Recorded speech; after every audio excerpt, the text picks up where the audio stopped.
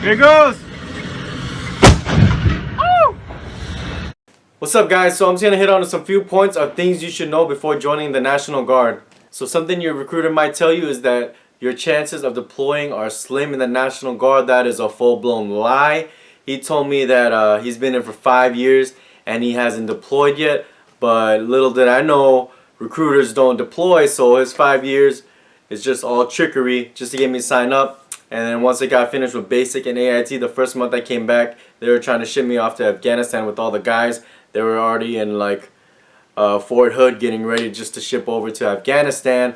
But I had signed a little clause in there where as long as I'm in college for three years, I'll be non-deployable.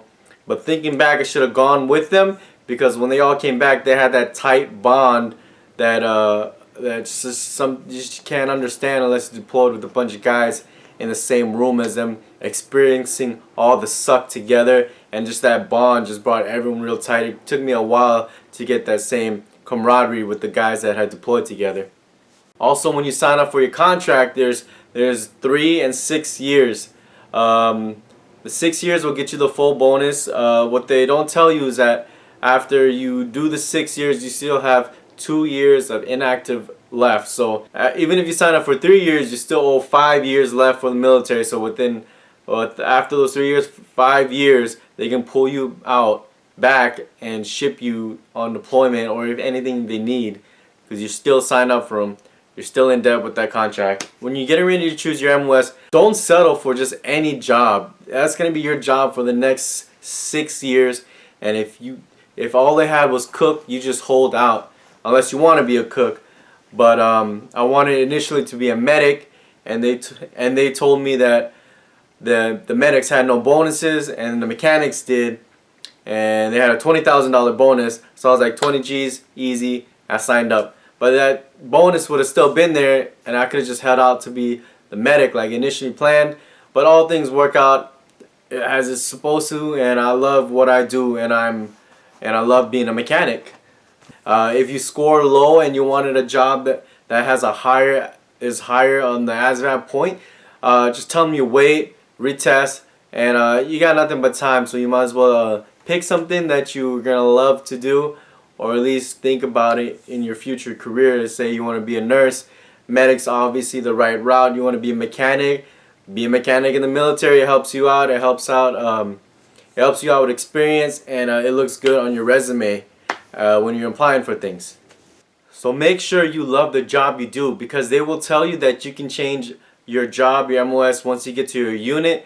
And actually, it's pretty dang hard. It's gonna take you at least a few years, depending on your unit, and if they need the job, they might need you as let's say I'm a mechanic.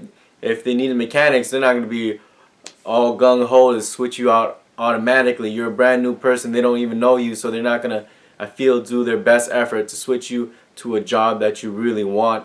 It's actually a lot difficult. It's a lot more difficult to change your MOS once you enlist. Going through your unit and everything, it's just a whole big process, a headache. It's going to take you a couple years, and you might as well get it done, get what you want the first time go.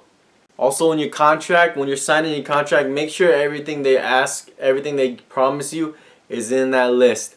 I asked for my school to be paid with the kicker, checked it, made sure it was in there. My 3 years non-deployable, got that in there. My $20,000 bonus, had that in there. Make sure you check everything that's in there, and your MOS of what you want to get. And if you want airborne, make sure that sucker's in the contract, because or else they'll tell you you can get airborne when you get to your unit. Bullshit. That's hard to get. You're gonna be the elite stallion, a cream of the crop, best of the best, just to get to that airborne or any other really specialty school. So you might as well make sure it's in your contract. If they don't want to put it in there, just hold out. They're gonna want you to sign, so they're gonna give you what you want. Just keep holding out. While you're in basic training, you get about $1,200.